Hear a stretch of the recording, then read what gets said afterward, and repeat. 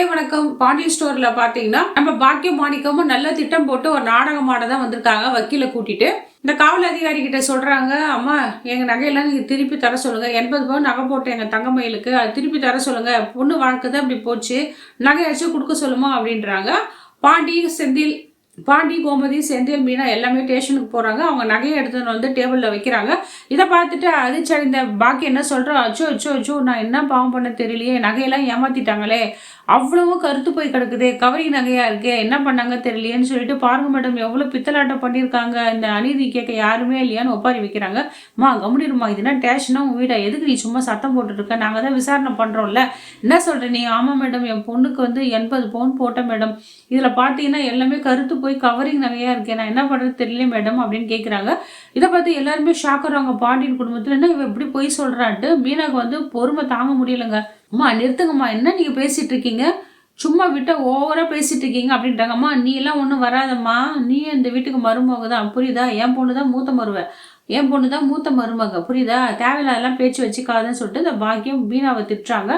பாருங்க மேடம் நகையெல்லாம் ஏமாத்திட்டாங்க. கோமதி கோவம் வந்து திட்டுறாங்க, எதுக்கு இது மாதிரி அபாண்டமா போய் பேசுறீங்க அப்படின்ட்டு. மேடம் அவங்க பையன் டிராவல்ஸ் வைக்கிறதுக்காக, சின்ன பையன் டிராவல்ஸ் வைக்கிறதுக்காக இந்த நகையெல்லாம் எடுத்தவங்க அடமானம் வச்சாங்களா வித்துட்டாங்கன்னு தெரியலையே, அது இல்லாமல் இந்த செந்தில் இந்த மீனா இருக்காளே, இவ புருஷனுக்கு கவர்மெண்ட் வேலை வந்துச்சு மேடம், அதுக்கு ஒரு 10 லட்சம் லஞ்சம் கொடுத்துருக்காங்க. என் பணத்தெல்லாம் நான் கஷ்டப்பட்டு சம்பாரிச்ச பணத்தில் வாங்கி போட்டேன் என் பொண்ணுக்கு, அந்த நகையெல்லாம் கூட வித்துட்டு இருக்காங்கன்னு நினைக்கிறேன் மேடம். அதுக்கு மாத்து நகையா இது மாதிரி கவரிங் நகையை செஞ்சு வீரோல வச்சுட்டு இருக்காங்க. எப்படி ஏமாத்திர குடும்பத்துக்கு போய் என் பொண்ணு கொடுத்துட்ட மேடம் சொல்லிட்டு அழுதுட்டு இருக்காங்க. இதை கேட்ட மீனாக்கு வந்து சரியான கோவங்க. ஆத்திரம் அடிச்சு, எங்க என்ன பேசுறீங்க தெரியல, வர ஆத்திரத்துக்கு என்ன பண்ணுவேன்னு எனக்கே தெரியாதுன்றாங்க. நீங்க என்ன பேசுறீங்க, நீங்க போட்ட 80 பவுன்ல 8 பவுன் தான் தங்கம், மற்றதெல்லாம் கவரிங் தெரியுமா உங்களுக்கு அப்படின்னு கேட்குறாங்க. இதை கேட்டு எல்லாருமே ஷாக்கா வராங்க. கோமதி என்னடி சொல்ற மீனா, ஆமாத்த மாமா என்னை மன்னிச்சிடுங்க, எனக்கும் ராஜுக்கு தாலி பிரிச்சு கோக்குற ஃபங்க்ஷன்ல நாங்கள் மாடியில் செல்ஃபி எடுத்துட்டு இருக்கோம். அந்த நேரத்தில் தங்கமயில் உங்க அம்மா பேசிட்டு இருந்தாங்க. அம்மா இந்த வீட்டுக்கு நகை போலின்னு தெரிஞ்சா என் வாழ்க்கையே போயிடுமான்னு தங்கமயில் சொல்றாங்க. அதுக்கு எப்படியோ சமாளிச்சுக்கோடி, 8 பவுன் போட்டிருக்கல அதை வச்சு சமாளிச்சுக்கோ, மற்ற நகையெல்லாம் பீராலே வச்சுக்கோன்னு பேசியிருந்தாங்க. நாங்கள் இதை நாங்கள் கேட்டுட்டோம். எங்களை பார்த்து ஷாக் ஆகிட்டு எங்களை கையெடுத்து கும்பிட்டு கேட்டாங்க, எங்கள் பொண்ணு வாழ்க்கை பாழா போயிடுமா, தயவு செஞ்சு நீங்கள் 2 பேர் கையில் தான் என் பொண்ணு வாழ்க்கை இருக்குது, தயவு செஞ்சு வீட்டில் சொல்லிட்டாதவங்க அப்படி கெஞ்சி கதர்னாங்க மேடம்.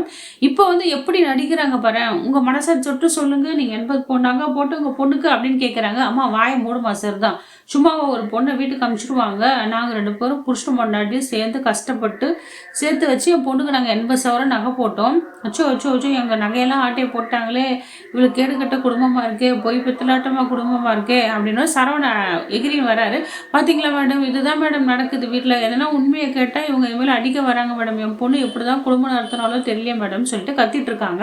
நம்ம மீனா சொல்கிறோம், மீனா வாய் எடுத்து பேசுறா, எதுக்கு இது மாதிரி அநியாயத்துக்கு பொய் சொல்றீங்க, உங்க பொண்ணோட வாழ்க்கையை நீங்க கெடுத்துட்டு இருக்கீங்க, அது நல்லா புரிஞ்சுக்கோங்க, எவ்வளவு பொய் நீங்க அடுக்கடுக்கா சொல்லிட்டு இருக்கீங்க, இப்ப கடைசியில நகைய விஷயத்துல நீங்க பொய் பேசிட்டு இருக்கீங்கம்மா, ரொம்ப அநியாயமா பண்றீங்க, அது கடவுளுக்கே பொறுக்காது, ஆமா சொல்லிட்டேன்றாங்க. உடனே நம்ம கதிரும் சொல்றாரு, மேடம் நடந்ததெல்லாம் உண்மைதான் மேடம், என் ஒய்ஃப் ராஜி என்கிட்ட ஏற்கனவே சொல்லிட்டான்னு சொன்னோட இதை கேட்டு சரவணன் கோமதி எல்லாருமே ஷாக் ஆகிறாங்க. என்னடா சொல்ற, ஆமாம்மா இந்த விஷயம் எனக்கு ஏற்கனவே தெரியும், எதுக்கு நாங்கள் சொல்லாத மறைச்சிட்டோம்னா வீட்டில் தேவையில்லாம அன்னி வாழ்க்கை கெட்டு போயிடுவேன்னு சொல்லிட்டு தாம்மா நான் சொல்ல கடைசியில், ஆனால் இவங்க இந்த அளவுக்கு இறங்குவாங்கன்னு எனக்கு தெரியலம்மான்னு சொல்லிட்டு அவர் சொல்றாரு. உடனே நம்ம போலீஸ் அதிகாரி என்ன பண்றாங்க, நீங்க உங்க பொண்ணு மயில வர சொல்லுங்க, அவங்க கிட்ட கேட்கலான்றாங்க. ஐயோ மயிலா, இல்லை மேடம் அவளுக்கு உடம்பு சரியில்லை, படுத்தா எழுந்துக்கவே முடியல மேடம், அசதியாக தூங்கிட்டு இருக்கா, மாத்திரை போட்டு வர முடியாதுன்றாங்க. அதெல்லாம் எனக்கு தெரியாதம்மா, அவங்க பொண்ணு இங்கே வந்தாகணும், இந்த நகை உண்மையாக போயான்னு அவங்க தானே இந்த கேஸில் சம்மந்தப்பட்டிருக்காங்க, அவங்க இல்லாத எப்படி, எப்போ பார்த்தாலும் நீயே எல்லாம் பதில் சொல்லிட்டு இருக்க அப்படின்ட்டு அந்த காவல் அதிகாரி திட்டிகிட்டு இருக்காங்க. உடனே பாக்கியா வர வைக்கிறா தன் பொண்ணை, வெளியில கூட்டின்னு போயிட்டு பிரெயின் வாஷ் பண்றா. மயிலு நான் சொல்றது கேளு, கடைசி சான்சரி, இந்த நகை விஷயத்துல வந்து நான் போட்ட அம்புட்ட நகையும் வந்து ஒரிஜினல் சொல்லிடு, நீ டூப்ளிகேட்டுன்னு வாய் தவறி சொன்ன அத்தோட உன் வாழ்க்கை போச்சு, நானும் அப்பாவும் ஜெயிலில் இருப்போம், சுடரோட வாழ்க்கை நினைச்சு பாரு, உன் வாழ்க்கையும் அதோ கதியா இருக்கும், நீ அங்க வாழணுமா வாழக்கூடாதான்னு சொல்லிட்டு தங்கமயிலோட பிரெயினை வாஷ் பண்றாங்க. இவங்களும் என்ன பண்றாங்க, இந்த தங்கமயிலும் ஆமாம்மா சரி நீ என்ன சொல்றியோ அப்படியே சொல்றேன்ட்டு, மேடம் இந்த நகையெல்லாம் 80 பவுன் நகை எங்க அம்மா போட்டாங்க மேடம், எப்படி கவரிங் நாயகா ஆச்சுன்னு எனக்கு தெரியல மேடம், சத்தியம் சொல்லிடுறாங்க. இதை கேட்ட மீனா வந்து அக்கா, இதை கேட்ட மீனாவும் ஷாக் ஆயிடுறாங்க. இருங்க நான் ஃபோன் பண்ணி ராஜியை வர வைக்கிறேன். ராஜி அந்த இடத்துல வந்துடுறாங்க. உங்களுக்குலாம் மனசாட்சியே இல்லையா அக்கா? உங்களோட வாழ்க்கைக்காக தானே நாங்கள் இவ்வளோ பாடுபட்டுட்டு இருக்கோம். மாமா உங்க மேலே எவ்வளோ பாசமாக இருந்தார். ஒரு பொண்ணு மேலே தானே பார்த்துக்கிட்டாரு. எவ்வளோ பழி சொல்லி எங்கள் மொத்த குடும்பத்தையும் ஜெயிலுக்கு அனுப்பி கோர்ட்லேயும் கேஸுன்னு அலைய வச்சிங்க. இப்போ கூட உங்களுக்கு மனசு ஆறலையா? திருப்பி பொய் மேலே பொய் சொல்லிட்டு இருக்கீங்க. உங்கள் மனசாட்சி தொட்டு சொல்லுங்க. இந்த 80 பவுன் தங்கமா நீங்கள் போட்டு வந்தீங்க அப்படின்னு கேட்குறாங்க. தங்கமயில வந்து ஆமான்றாங்க. உடனே பாக்கியெல்லாம் சரிதான் நிறுத்துமா, சும்மா குறுக்கு வந்து என் பொண்ணு மனசை மாத்திர அதட்டி, என்ன நான் தான் போட்டவன் எனக்கு தெரியாதா? 80 பவுனும் தங்கம் தான், ஒரிஜினல் தான். நீ வாயை மட்டும் சும்மா இரு.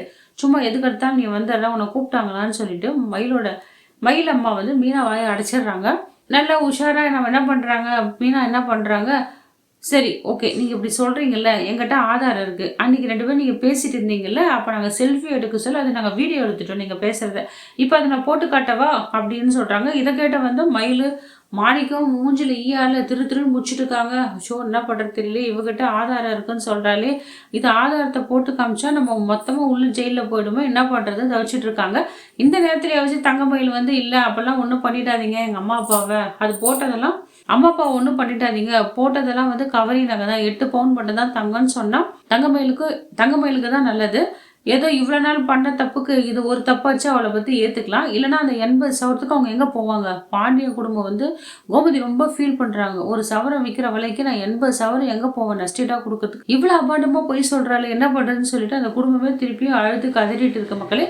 இந்த வீடியோ உங்களுக்கு பிடிச்சிருந்தா லைக் அண்ட் ஷேர் கமெண்ட் பண்ணுங்கள். அடுத்த ஒரு வீடியோவில் உங்களை சந்திக்கிறேன். நன்றி, வணக்கம்.